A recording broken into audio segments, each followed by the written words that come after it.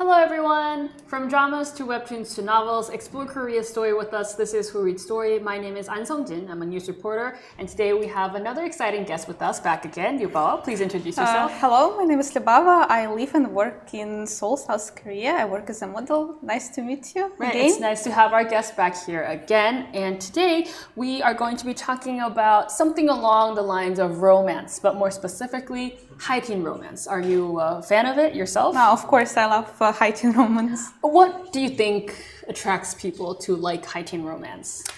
For me, I like how they filled with misunderstandings, friendships, first love, people discovering their true character, who they are, and how they develop throughout the whole movie. Right, so it kind of gives you like an emotional roller coaster. It does. It kind of does. And it also gives you that like storyline of, you know, as you said, first love, discovering yourself, that character One moment you're development. happy, another moment you're Right, worried. exactly. I feel like that's a classic like high teen romance, and I feel like those are some of the things that really stand out.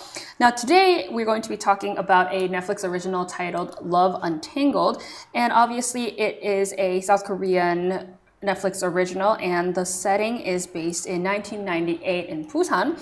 And as you just mentioned, the Netflix original itself isn't really like a lot of plot twists. It's more like a very harmless, you know, sweet, like high teen romance, which is why I'm excited to talk about it. And obviously, Yubawa, you've watched it. How was it? I really loved it. I didn't expect to love it the way I think I loved it a little bit too much. Oh, okay, really? Okay. So at first I even thought it was a drama, so it wasn't until the end credits when I realized, oh, it was actually just a film. Right. One film. And I looked it up, it seemed like lots of people thought the same way.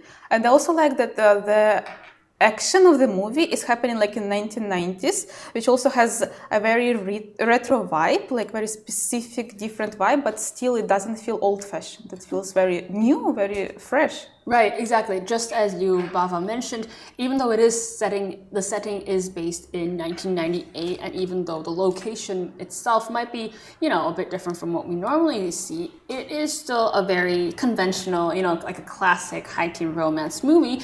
That's why within Netflix's non-English section, it has ranked third, and obviously it's been getting a lot of good reviews. For me, it felt like they did a really good job portraying Busan in the 1990s, and they've kind of brought that setting into the movie itself, which I found impressive personally. Yeah. Which is why, yeah, apart from the storyline itself, I think those are the things that I liked.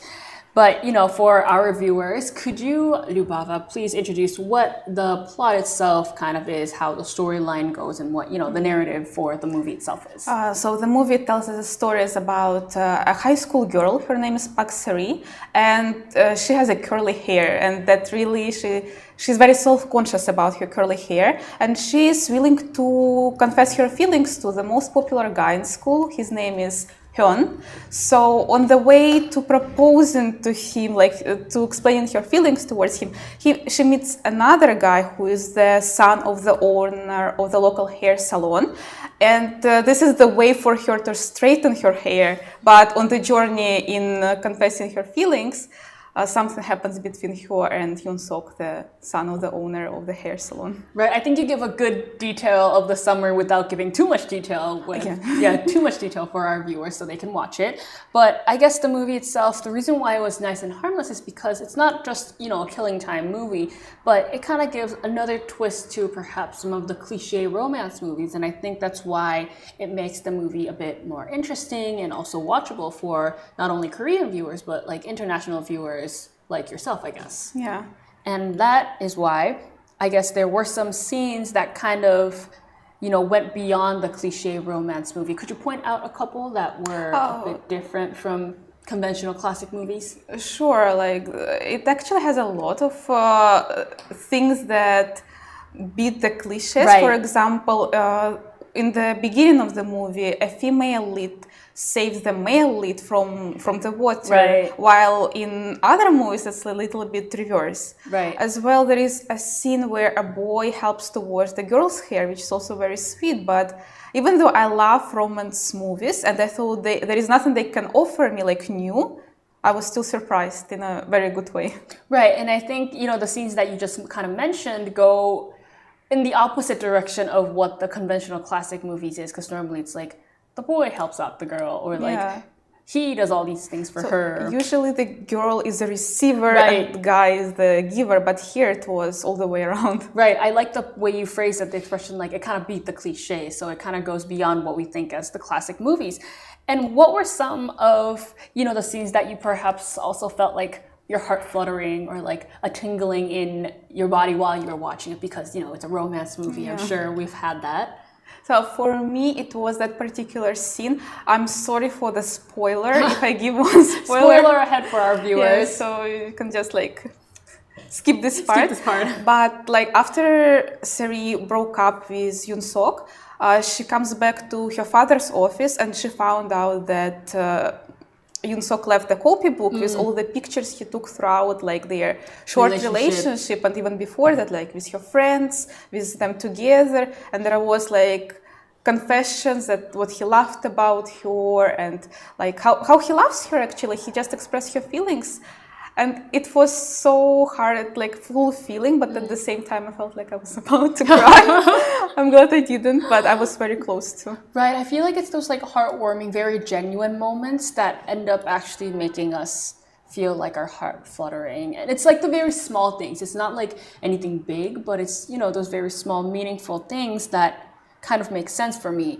And before we go into delving about the movie topic itself, I've seen a lot of comments talk about how the main character, Eunsu, is a very innocent, pure, main character, and how, the movie itself feels like a fresh first love. And I guess that's how we kind of felt it. It was not only emotional and also sentimental, but also at the same time, we saw all those very heart-fluttering scenes as it is a high-teen romance movie.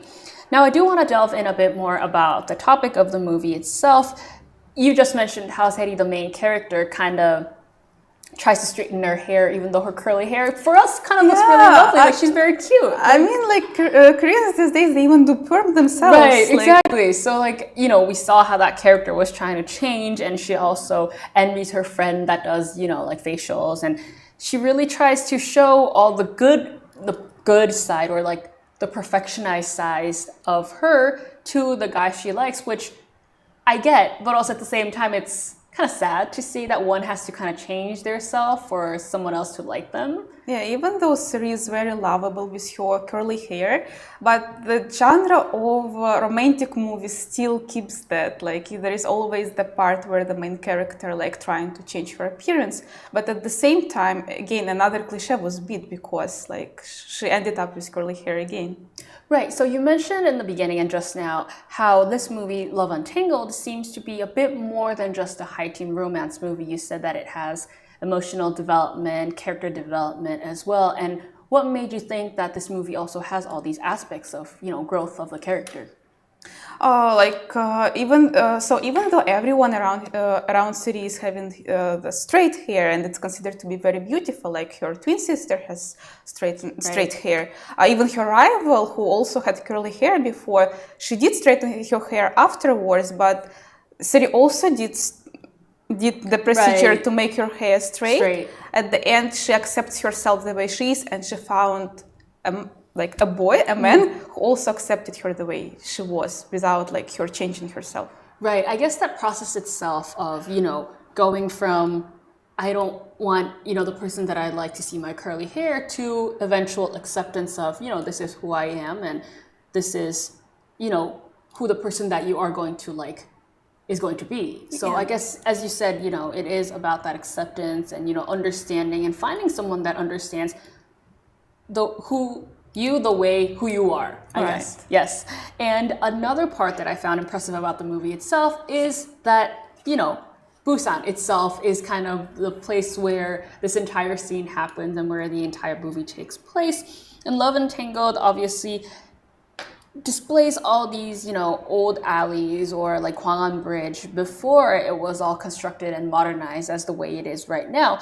And I think that's why, between the scenes, we see that 1998 Busan is very well replicated, whether it be the old buses or the old shop titles. And I feel like that's why the movie does a good job, even for people perhaps who don't know about Busan. But I'm sure, Lyubava, since you've lived in Korea for a while, you've been to Busan before, right? I've been to Busan so many times, for work, for vacation. So I actually could recognize, even before it was mentioned that everything happening in Busan, I was like, oh, it looks like That's it's Busan, right? So for our viewers who don't perhaps know about Busan, Busan is a city. It is a city down in the southern area of Korea. It is obviously a little bit more warmer, I think, than it is in Seoul because it is a port city as well, and it doesn't snow as often compared to Korea, compared to Seoul, and obviously it is a beautiful place to see the ocean, and apart from the ocean as well, I feel like the city itself is also quite beautiful. Honestly, right now, if I go to Busan again, I really want to visit Kwanali Beach and relive all those moments from the movie. Really? Oh, that's so nice. Well, see, our viewers like Lyubava, if you have seen the movie and if you happen to be in Korea, you can kind of visit Busan and relive those moments by visiting the scenes, perhaps. It is really nice. And obviously, I think it's interesting to see how within the movie itself, the production team had tried to replicate the scenes and bring as much reality as it is, like in Busan. So they've also used a lot of actors that are from Busan, for example. Actors that show up as a cameo, like Hongyu or Chongyumi, are also all Busan locals.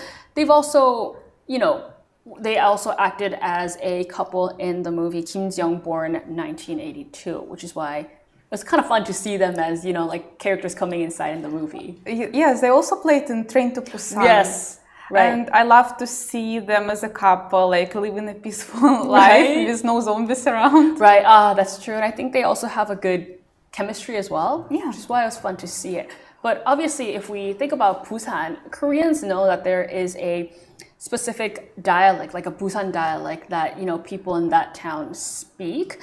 And for you, perhaps maybe, or for our international viewers who don't know about Satori, which is also known as the Korean dialect, it might have been a little bit different to hear it from normal Korean. What did you think about it? So at first I started watching it like in English, like I turned on like the English language for me to be more convenient to watch. But as soon as I realized everything is happening in Busan, I'm like, stop. I need to listen in Korean because there must be some dialect to catch. And I actually did catch, like, it's so different from how people in Seoul talk. Right. It's very melodic, but at the same time, it can be quite edgy here and there, but it was so nice to hear it. It's impressive that you switched languages into Korean, so you make sure that you can kind of listen to the Busan dialect as well, because for some, if you're not familiar with the dialect, it might be a little bit difficult to understand, but that's really impressive. And even within the character's name, Seri, her kind of nickname is Seri. Seri. In English, they've translated the subtitle as "Oh my Seri," but in reality, the Busan dialect itself means, just stop and quit it. So it's interesting to see how those dialects are translated into English, and in Korean, they already have a meaning itself too within the dialect. So it's kind of interesting to see that. Just give up already suits Seri's personality, right? And apart from that, the actor Shin-soo, who has played Park Seri, Seri, surprisingly, she's actually from Seoul. So for her to kind of pull off this Busan dialect, she said that she had to have a tutor who taught her how to speak the Busan dialect itself because it's that different. And she had to completely memorize the entire script just to make sure that the Korean dialect, or the Busan dialect specifically, came out throughout the movie, which was quite impressive for her. And the director did a really good work to catch that Busan dialect and Busan vibe in general throughout the whole movie. Right, exactly. I mean, I was able to feel it as someone from Seoul, but I guess for you, if you felt that too, I think the production crew did do a good job, which is, I guess, is a good thing. Yeah. Actually, there were some scenes that I wanted to ask you about. So there was a candy that Seri asked to be given from Yoon Sok before she had a very difficult exam. What's that? Is it tradition? Right, that's a very good point, because first, to explain that candy, in Korea we call it yeot. It's similar to caramel, I guess. It's traditionally given during events during the national entrance exam in Korea, which is obviously the most important exam for high schooler students here. And the national entrance exam itself, which is called Suneung, is a very difficult exam. Flight schedules are kind of changed around that, and it plays an important role for Koreans, and that is the day when people hand out this caramel or yacht to the students. Oh. That is kind of a tradition, I guess. That's why he gave her such a giant yacht. Yes, exactly. And the reason why they do give it is because in Korean, when you say you've passed that exam, we use the word that means also stick. And that's why they've started giving out this caramel candy because it's sticky and like sticks well. So they wanted to say that just like this caramel candy or just like this yacht, we want to wish you the best and the fact that you passed this exam. And I think that's kind of how it started evolving, and that's why it became a tradition to give out this caramel candy for people that are taking the national entrance exam. As you mentioned, that's why it was kind of cute that like Yoon-seok gave this like huge candy to Seri. Very romantic. Very romantic and very cute as well. I guess it's a tradition, but it is cute. There was another scene, like when they had a school trip somewhere, and then they were sitting like around the campfire. Like, is it also tradition? Right. So in Korea, we call it 수학여행, which is basically translated to like a school field trip type of thing. And it is kind of the most cliche event for high schoolers in Korea. What you normally do is you kind of sit around the campfire type, you kind of sit around it, and then you sometimes write letters to your parents, you wish thankfulness to them. And sometimes, because it is such a special day, sometimes people confess their feelings to the ones that they love. So I guess for a lot of high schoolers, it is something that they look forward to. I guess the movie really captured lots of like Korean emotions, traditions. I think people who lived in 1990s, they really had so much nostalgic feelings about this movie. Right. I feel like, it's interesting because the movie does do a good job portraying how it was kind of back then for these students. I'm also going to briefly go through the comments to see if there are people that have watched it perhaps. It's interesting to see, like the Busan alleyway is something that was mentioned. It's a place where the scene takes place. Actor Shin Woo-soo does a good job in her expressions. And yes, the movie itself does give a lot of excitement and a lot of freshness from this first love type of deal. And so far, we have talked about the Netflix original Love Untangled. It is kind of nice to see a lot of dramatic, mellow movies or dramas, but this one, it's cute. It's based on these high school students. It kind of gives you a flashback to the 1990s, and